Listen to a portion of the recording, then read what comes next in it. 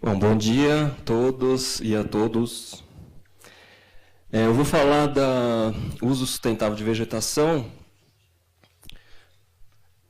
como estratégia de conservação, mas eu peço licença para mudar um pouco esse título. Então, eu acho que seria melhor assim: uso sustentável da vegetação nativa como estratégia de conservação da biodiversidade no estado de São Paulo. Então, a gente tem que lembrar das peculiaridades dos locais, né?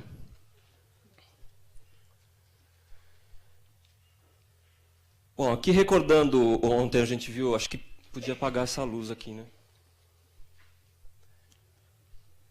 Aí, obrigado.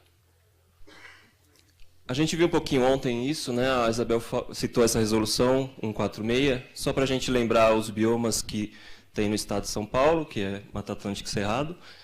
E isso não quer dizer que a gente vai ter floresta no verdinho e campo no marronzinho, né? A gente tem que lembrar que, originalmente, essa palavra também é complicada, depois a gente pode discutir um pouco, mas essa área ela era um conjunto de mosaicos, né? Você tinha, dependendo da região, você tinha floresta, você tinha campo, você tinha uma diversidade de paisagem muito grande. E a gente não pode esquecer que isso também tinha uma influência humana já, né? Então, esse mapa aqui é um conjunto de mapas que foram publicados na década de 70, né? Um livro que chama Devastação. Esse aqui é uma versão atualizada, né, discutida dele, em 2005. Publicaram essa versão aqui. E ele tem vários cacoetes da década de 70, mas acho que é importante para a gente, como referência, esses mapas, né? Então, esse aqui, eles chamam de situação primitiva. Então, a complicação começa com esse termo já, né? Então, primitivo a gente considera uma coisa meio, até um pouco pejorativo, né? E outra coisa é o predomínio aí da discussão sobre o ambiente florestal. Então, como se o resto fosse mais ou menos ok, né? Então, você tinha essas áreas aqui, né? Isso, situação primitiva, se a gente pensar, mas isso é antes da chegada do homem ou até o descobrimento, a invasão, né? Ou até o café, não sei. Vamos discutir um pouco isso. Isso é o que a gente tem, mais ou menos o que a gente tem hoje, né? Então a gente tem um cenário meio que pós-apocalíptico, assim.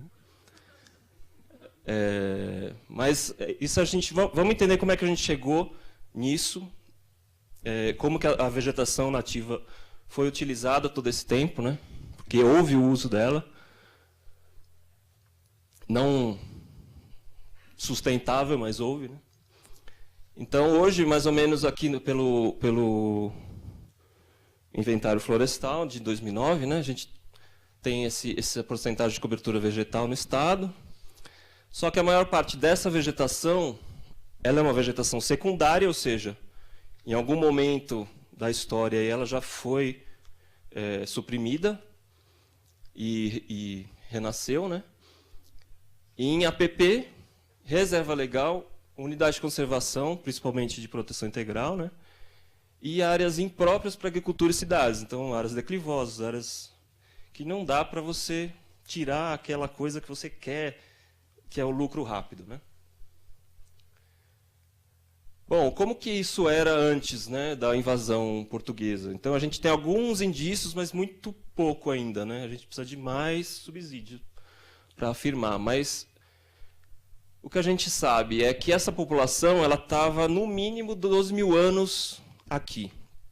Então, alguns estudos aí sugerem que isso é muito subestimado, né? Tem gente que fala 30 mil anos. Então, se a gente considerar a nossa escala de tempo, né, de civilização, a gente lembrar que a gente está aqui essa forma de encarar o mundo 500 anos, né? Então 12 mil já é bastante coisa. Então deu para se adaptar bem ao ambiente, né? Isso foi lento e gradativo. E é uma peculiaridade da nossa região a abundância, né? Então a grande capacidade de resiliência da formação vegetal, né? E isso não é uma coisa fácil de se lidar. Então esses povos eles tiveram um bom tempo para conseguir se adaptar com recursos muito escassos, né? De ferramental escasso. Então, qual era a principal ferramenta que eu tinha era o fogo, né? O resto era machado de pedra, uma coisa bem difícil de se trabalhar, né? Então, os primeiros usos aqui, né? Eu tinha uma série de coisas que eu podia utilizar, né? Esses povos utilizavam. Então, tudo que eles usavam praticamente, toda a vida, toda a sociedade deles, ela era dependente dessa forma vegetal, né? Inclusive como fertilizante, que a gente vai ver que o fertilizante foi, na verdade, o que sobrou a civilização que invadiu depois se apropriou. Então, o resto a gente jogou um pouco de lado, assim, né? Todo esse resto aqui, ó. Tem uma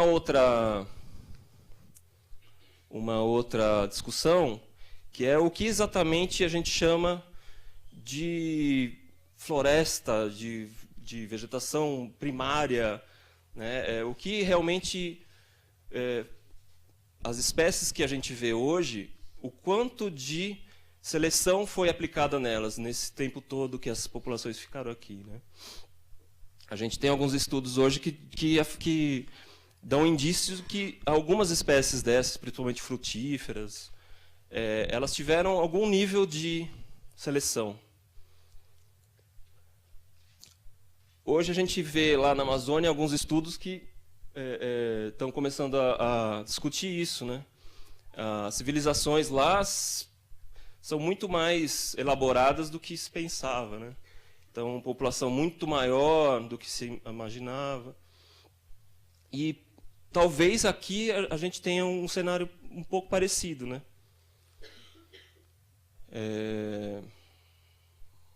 Um exemplo, a araucária, né? Essa aqui é uma foto aqui da região aqui sul do município de São Paulo. Então, a gente já associa com o sul do Brasil, né? Mas a gente tem bastante araucária aqui. E o quanto dessa espécie é natural, né? Essa coisa de natural, a natureza. Ontem a gente viu um pouco essa discussão, né? Quanto do homem tem natural dentro dele, né? Só como exemplo, aqui tem esse projeto aqui recente, né? Paisagens G do sul do Brasil. Então, eles estão... É um projeto arqueológico, né? Então, esse do sul mesmo. Então, mas aí você consegue ver mais ou menos como que era essa civilização aí, né? Desse povo. E o que estão começando a ver é que as araucárias, elas é uma espécie bem antiga, né? Uns 200 milhões de anos, uma coisa assim. Período lá Jurássico, né? E talvez a abundância que ela tenha ganhado, a importância lá no sul do Brasil, né?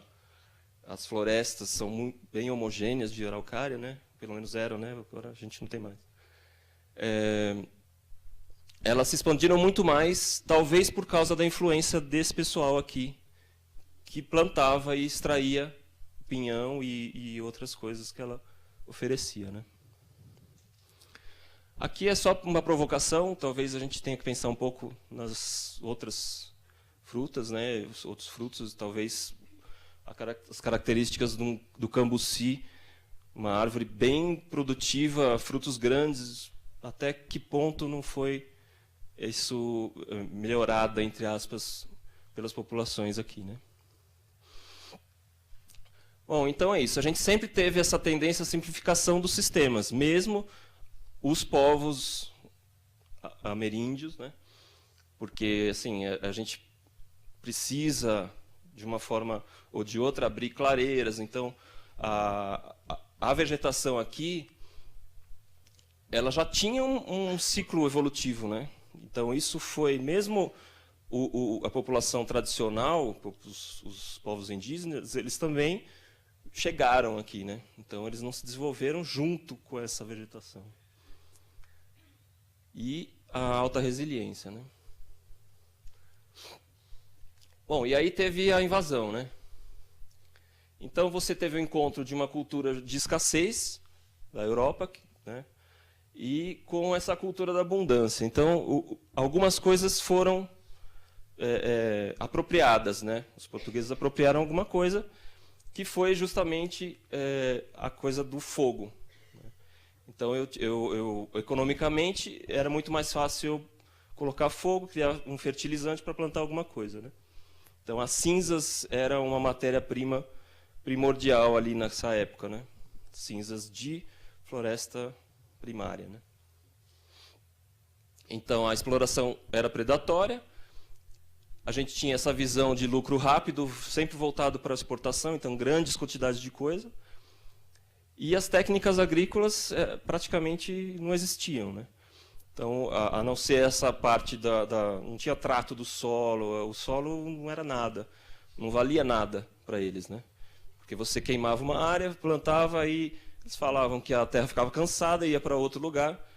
Isso numa escala enorme, né? Que é uma coisa que os povos não faziam antes. Começaram a que a gente chama de a mestiçagem, né? Então, muitas representações desses bandeirantes paulistas, né? Que a gente chama hoje de... A gente só conhece essa história, né? Dos famosos e tal, né? A gente vê estátua, a gente vê um monte de coisa. Mas, no grosso mesmo, essa população ela era mestiça, né?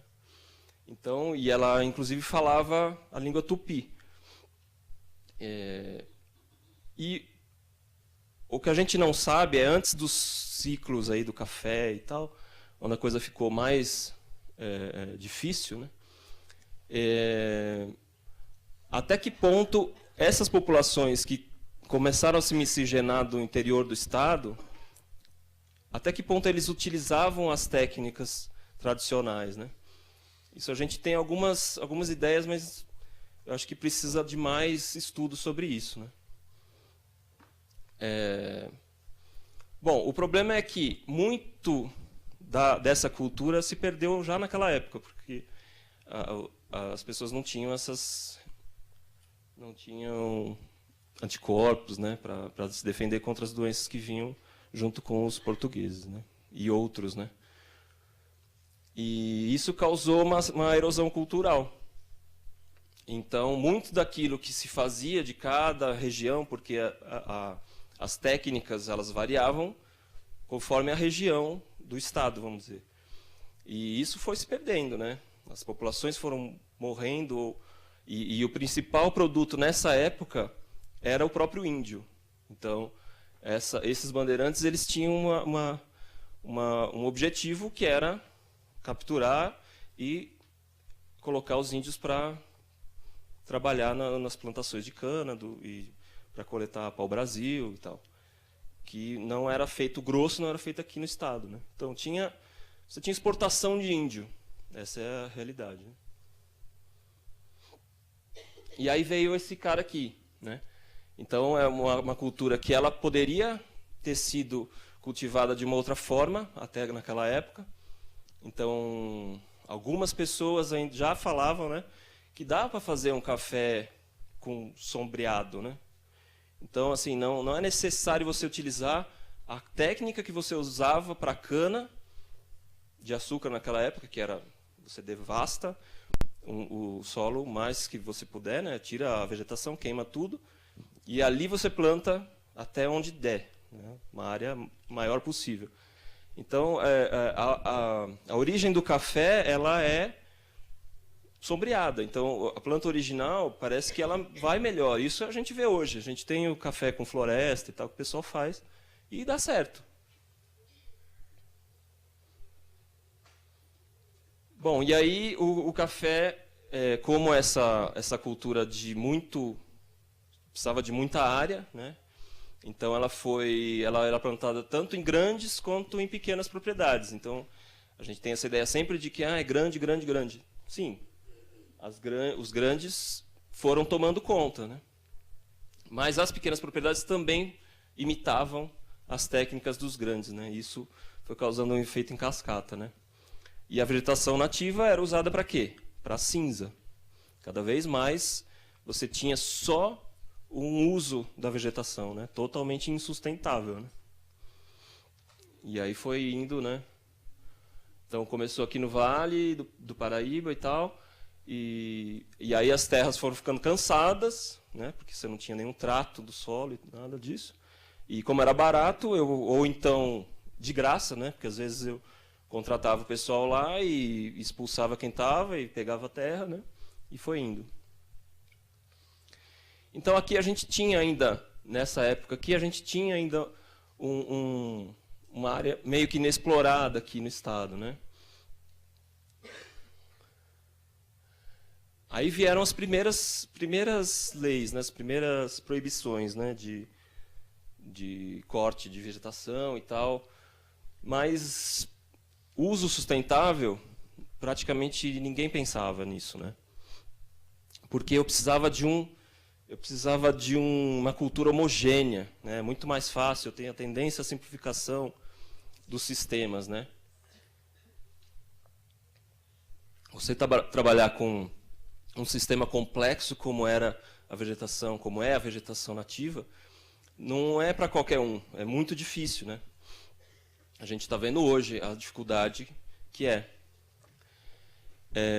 E esse decreto aqui é o que a gente chama do Código Florestal, o primeiro Código Florestal, né? Na verdade, o que ele fazia? Ele privilegiava essas florestas homogêneas, que eram o fácil de se trabalhar, né? O que se conseguia trabalhar, na verdade, na época, né? Então, tinha um grande incentivo aí, nessa época, de se substituir a vegetação heterogênea, que era... eles consideravam caótica, né? Não tem como trabalhar com isso. E quanto mais homogênea eu tiver a vegetação, mais eu vou conseguir trabalhar, mais eu vou conseguir lucro, né, a partir daquilo. Então, começaram as pesquisas sobre plantio de eucalipto nessa época, né?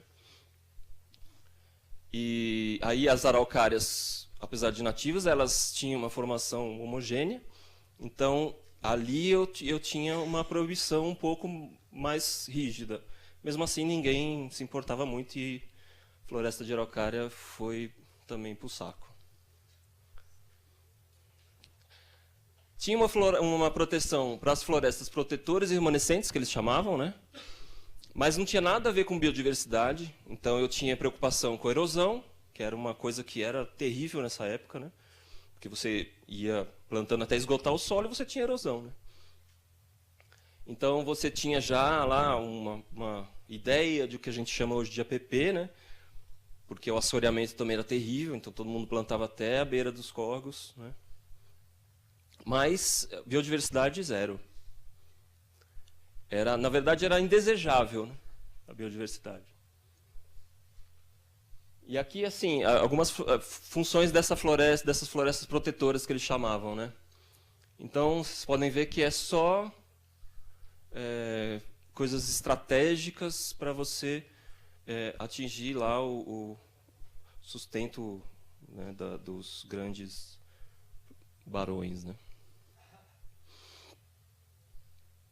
A não ser essa parte aqui dos espécimes raros da fauna, né? Que é uma coisa curiosa, eles gostavam de ver, né? Era bonito, né? Os passarinhos e tal. Então, mas é só isso, né? Não tinha preocupação com biodiversidade, né? Então, assim, você não se importava com a formação daquela vegetação, e sim com ela estar ali. Então, ela podia ser exótica, por exemplo. Ótimo. E aí foi se agravando cada vez mais, né? Eu tinha já uma preocupação lá com o tamanho de o tamanho mínimo de conservação em cada propriedade, então uma coisa meio que uma reserva legal que a gente conhece hoje, né? Chamavam de outras coisas. Mas o cara, o proprietário fazia? Ele delimitava ali onde ele ia proteger, pegava aquela área e vendia para outro. Então a área protegida, o outro que pegava podia desmatar até chegar naquela porcentagem, e assim ia até chegar nada, né? Então tinha muitos jeitos de burlar a lei, né? Aqui 62, né? Então a gente tinha já algumas reservas, né, florestais e tal, mas sempre naquele objetivo de conseguir desenvolver, né, o Brasil. Tinha aquela coisa que hoje a gente ainda tem, né, na verdade. A gente está vendo aí, a gente vai ver, vai começar o horário eleitoral e tal, todo mundo vai falar isso, não? Vamos desenvolver, né? Sempre o desenvolvimento como uma promessa de que aquilo vai chegar para todo mundo, e não vai, né? 65 veio outro código. Aqui a gente já estava na ditadura, né, militar. Então tinha sempre aquela coisa, aquela ideia de que não, eu vou pôr na lei, uma coisa que a gente tem hoje ainda também. Eu vou pôr na lei e as pessoas vão obedecer, né? Senão eu desço o cacete. Então não adiantou muito, porque assim, você promete que vai combater e tal, e você não vai no final, né? Então, mas já tinha alguns avanços, né? Eles, por incrível que pareça, eles ouviam alguns apelos da época, né, de pessoas preocupadas com a conservação, né?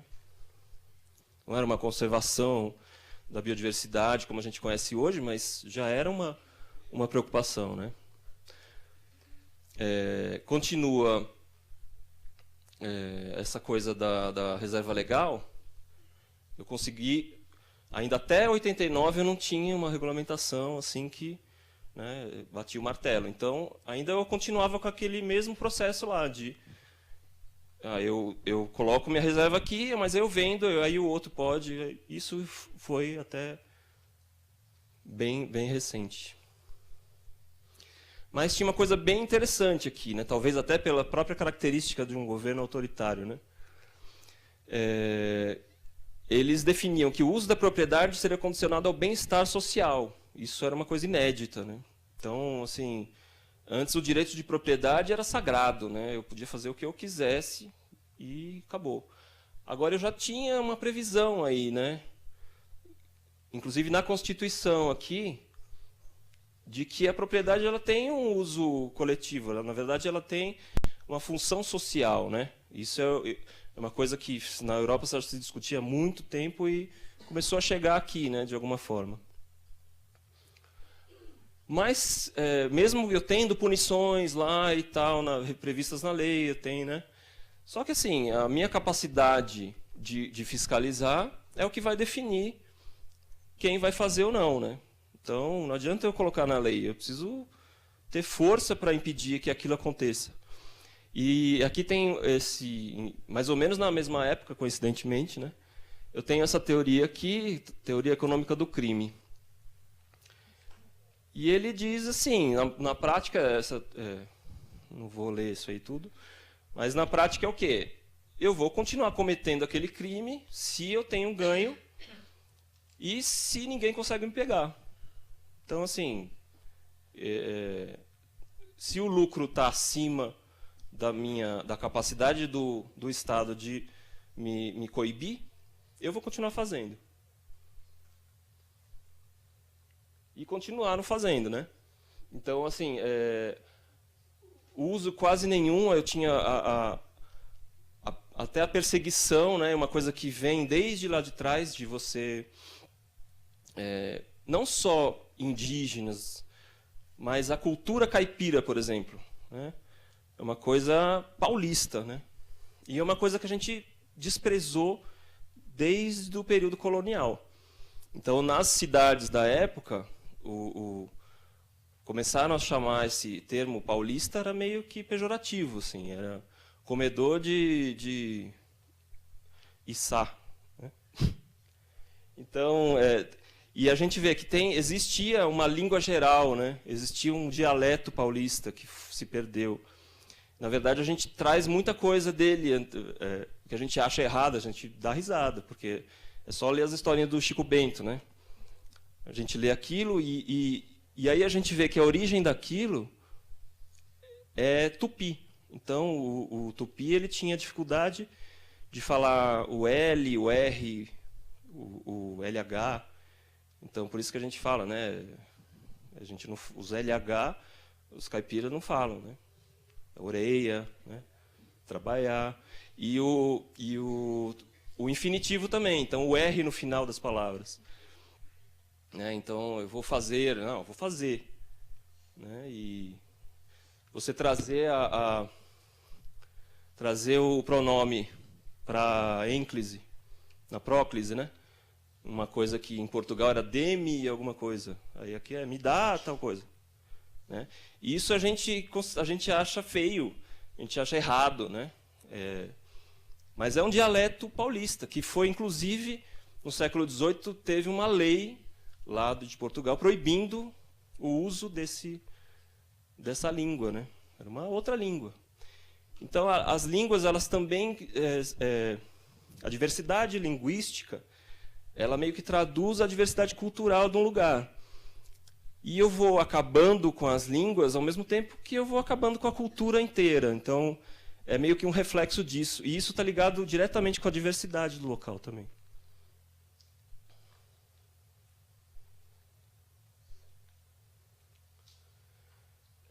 Além disso, né, teve nessa época a Revolução Verde, que veio para meio que resolver esse problema, né, de eu não uso mais só cinza, eu consigo meio que trabalhar com o solo, né, e ter um ganho ali mesmo numa área que não tenha vegetação.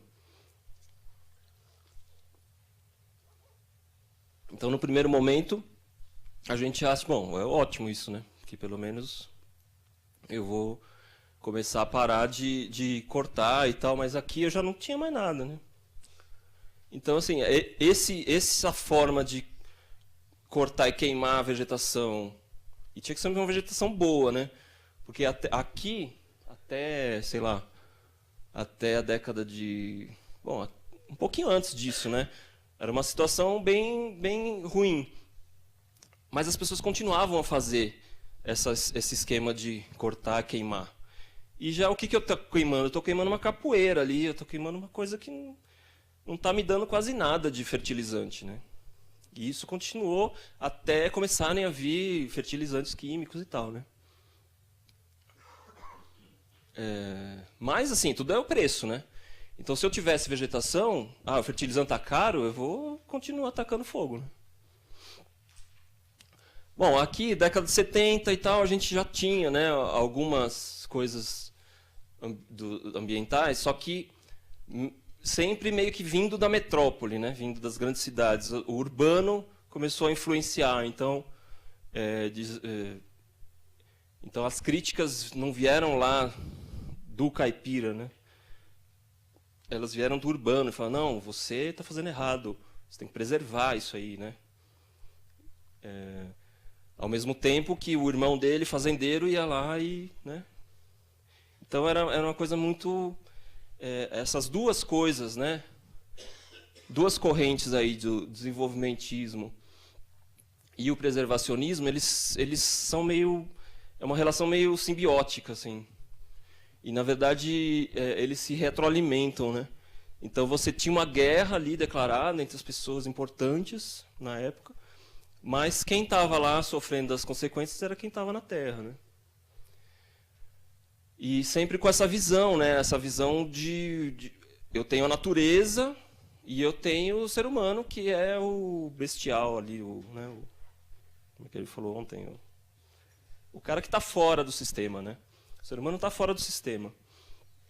Então, se ele está fora do sistema, ou ele destrói, ou ele faz uma redoma, né? E não mexe. Bom, aí a gente passou por várias monoculturas, né? Então, usando só coisas de fora, principalmente, né? E mesmo que fossem nativas, não ia fazer diferença. Então, eu vou ter monoculturas não porque eu quis, porque assim, pro meu objetivo era muito melhor, né? Eu vou ter o lucro ali rápido, eu vou ter um sistema que eu possa aplicar fácil, né? Mas mesmo eu não sendo um agricultor, eu sou o dono da terra, então eu consigo aplicar aquilo ali sem ter muito conhecimento da coisa, né? Até hoje é meio que assim, né? Apesar de que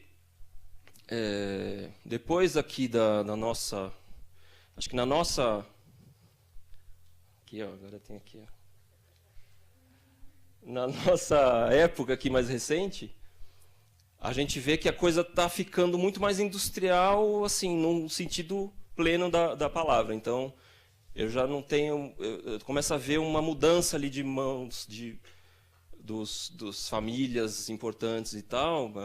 Um exemplo da cana, por exemplo, a gente vê multinacionais chegando e comprando aquilo e uma preocupação talvez com a produtividade. Então, talvez essas grandes áreas a gente comece a ver que elas vão ficar um pouco menores, né, de cultivo. Eu acho que talvez a gente tenha que começar a pensar nisso. Mas, enquanto isso, a erosão laminar atual é de 194 milhões de toneladas por ano. Então, para combater isso, o que eu faço? Fertilizante, né? Fertilizante, vamos lá. Bom, aqui, naquele livro da década de 70, imaginava-se um holocausto muito pior, assim, né? No Vale do Ribeira não ia ter quase nada e tal, né? Então, alguma coisa a gente conseguiu, né? A gente teve um esforço aí e conseguiu. E também porque muitas dessas áreas também não se desenvolveram como eles imaginavam, né? O desenvolvimento predatório que eles imaginavam, né?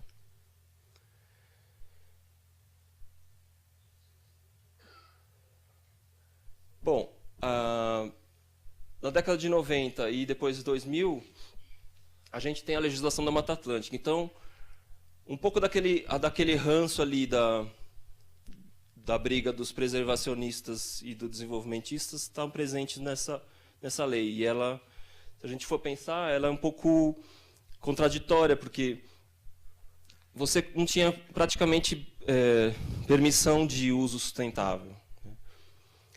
Ao mesmo tempo que você, em área de expansão urbana, você liberava uma supressão. Então, o urbano é o privilegiado agora, né? Agora, o que importa é a cidade. O Cerrado também é a mesma coisa, ele não prevê nada. A lei do Cerrado era uma lei estadual, ela não prevê nenhuma regra para manejo de vegetação, mas ela vai dar umas regras para a supressão. Então, assim, você quer suprimir, né? Não, se não for isso, não tenho regra. Então, assim, a gente prevê sempre que a pessoa quer tirar aquela vegetação para colocar alguma outra coisa, né? Essa é a lógica que a gente tem até hoje, né?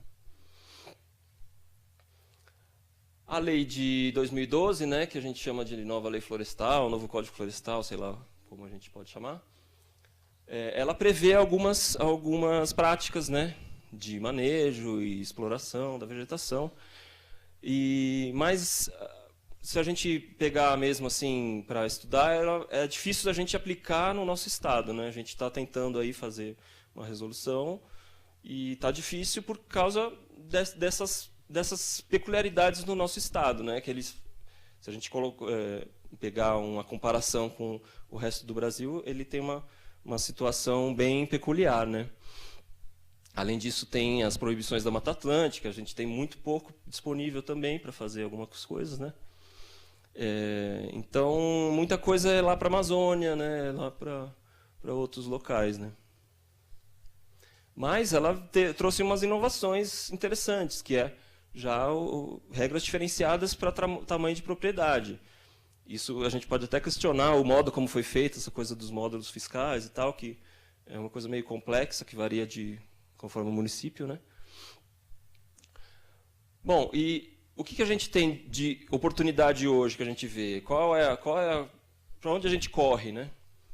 Então, hoje a gente vê que a Lei 2651 de 2012, ela impõe essa obrigatoriedade da recomposição da reserva legal.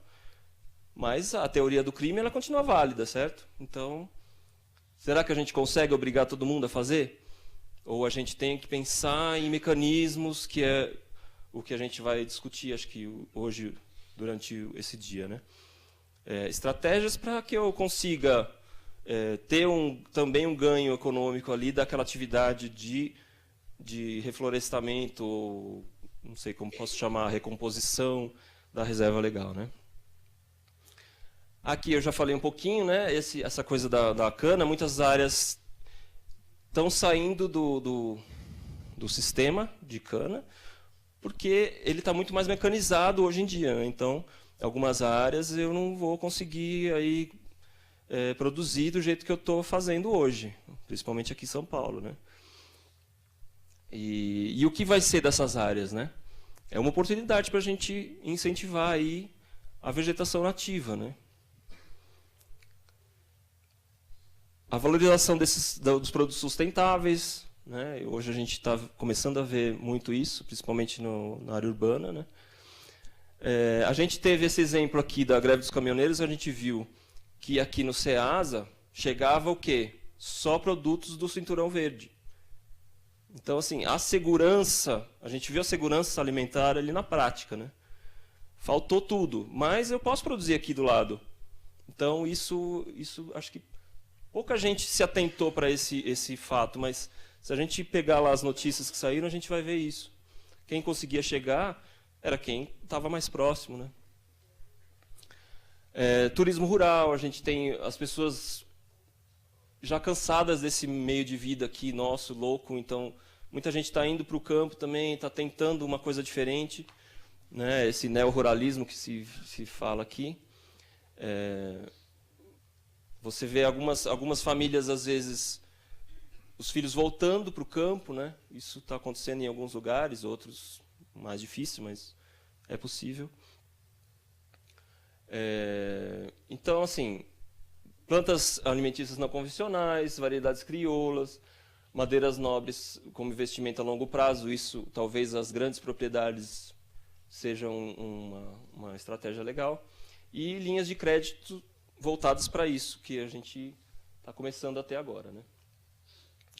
Nesse meio tempo, teve uma coisa que está começando a entrar na cabeça das pessoas, que é você não precisa sempre de coisa de fora para a sua produção.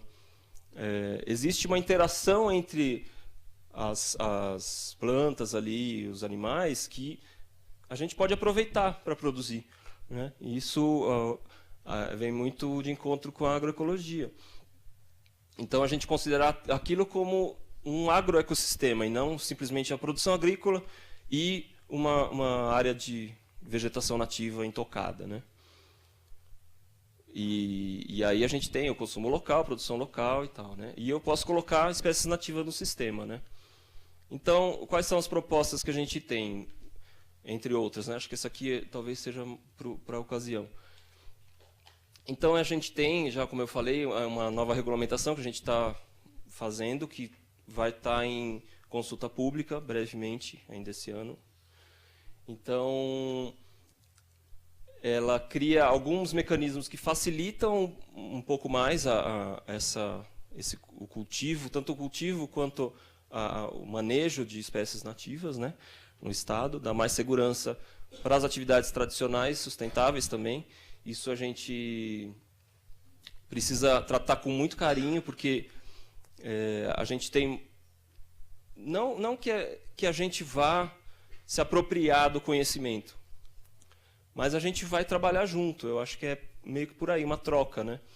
Como já está acontecendo em alguns lugares. Então, muitos indígenas mesmo já perderam muito dessa cultura, e algumas coisas ainda estão disponíveis em algum lugar. Então, em São Paulo, por exemplo, o pessoal não tinha mais as sementes do milho que eles plantavam e os agricultores familiares ali, agroecológicos, forneceram essas sementes para eles. Então, acho que essa troca tem que acontecer, né? Bom, outra proposta é o protocolo que a gente tem aqui de transição agroecológica, que é começar a colocar nas práticas do agricultor convencional algumas coisas vindas da agroecologia, né? Então, mostrar para eles, e isso a gente já está fazendo em parceria com a AO, com o Instituto Kairos e com a Secretaria da Agricultura. E a gente está, primeiro, né, trazendo os agricultores que estão interessados, né, que primeiro vem quem está interessado naquilo. E depois, concomitantemente, a gente está fazendo capacitações com o pessoal da CAT, com os técnicos, né, extensionistas e extensões de outros lugares. Então, para a gente conseguir que isso seja possível. E onde entra aqui nativas, né? E eu acho que, se você considerar o agroecossistema e considerar a realidade local, as plantas que são mais adaptadas, teoricamente, são as nativas, né? Então, é muito mais lógico você ter uma produção com nativas incluídas, né? Mas, para isso, a gente tem que deixar as pessoas plantarem, né, nativas, que muitas vezes a gente não permite, porque elas precisam de manejo, né? E aqui, um exemplo do município de São Paulo e outros que a gente sabe, você não consegue nem manejar o eucalipto, porque requer uma compensação e tal. Então, é aquela ideia do urbano, né? O urbano virou uma coisa universal. Autorização para poda, autorização para você tirar uma exótica, né? E isso é uma coisa que torna impossível, né?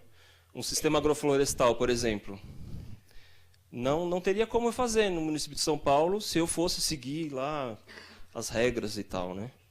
Porque o sistema agroflorestal, ele prevê isso, né? Ele prevê que você tem que abrir clareiras, você tem que manejar ali aquela vegetação, né? E os municípios, a gente sabe que São Paulo vira o exemplo, né? Então, a gente já tem vários municípios fazendo, ao mesmo tempo que vários municípios, principalmente aqui da Grande São Paulo, na legislação deles, tem a delimitação de área urbana ou de expansão urbana no município inteiro, e uma coisa que não é a realidade do município. Tem muito município com vegetação nativa, muito município com produtores rurais. E o que acontece? Você tem uma área e aquela área começa a ser cobrada um IPTU. Então, o que você faz? Você loteia, né? Se livra daquilo. Esse é um ciclo que a gente vê há muitos anos acontecendo. Mas a gente discute pouco isso. Eu acho que isso tem que ser mais discutido, assim, o direito das pessoas poderem utilizar aquela terra, né? Isso a gente está cerceando, e nosso objetivo é transformar tudo em área urbana aqui, sem nenhuma condição de ser, né? Então, o protocolo de transição, ele só uma pinceladazinha, a gente certifica esse produtor. Não é uma certificação como na certificação orgânica, por exemplo, mas a gente fala, olha, esse aqui é diferenciado. O Estado, junto com essas associações, estão monitorando ele, e ele está realizando práticas mais sustentáveis na produção dele, né? E isso a gente consegue ter um preço diferenciado para ele. Ele consegue se diferenciar no mercado, né? É uma coisa que muitos não conseguem e acabam abandonando aquela ideia de uma produção mais sustentável, exatamente porque é um investimento que eu estou fazendo e eu não estou conseguindo me sustentar, então eu volto para o tradicional, para o convencional, não tradicional, né? Eu volto para o convencional e abandono aquilo. Então, isso a gente acha que vai ser um incentivo para a pessoa continuar e talvez ganhar outras certificações, e isso. É isso aí. Bom, aqui rapidamente, que acabou o meu tempo. Os objetivos, assim, o que a gente tem? O que a gente tem que fazer? Deveria, né, se esforçar. A gente fortalecer uma cultura da diversidade, que a gente não tem. Então, a gente pensa na simplificação sempre de tudo, né? Tanto biológica quanto cultural, né? Que estão ligadas, né? Tornar a vegetação nativa desejável. Então, ela é um estorvo, em muitos casos, na maioria dos casos, né? Estimular o plantio e regeneração da vegetação nativa em pequenas e grandes propriedades, com diferentes estratégias. Então, nos grandes, talvez eu tenha mais um investimento a longo prazo, de madeireiros, alguma coisa assim. E pequenos, o protocolo de transição agroecológica seja um caminho, mas pode ter outros, né? Integrar a agroecologia, o uso da vegetação nativa e atividades tradicionais na formação dos extensionistas. Então, isso é uma coisa que já está acontecendo e a gente já está trabalhando para isso. Promover segurança e soberania alimentar e nutricional. Então, a coisa dos mercados locais, produção local também, né? E uma coisa importante que é uma produção que é resiliente às mudanças climáticas que a gente vai enfrentar daqui para frente, né? Que são muito mais frequentes. E a vegetação nativa ela vai ajudar nesse processo, né? É isso.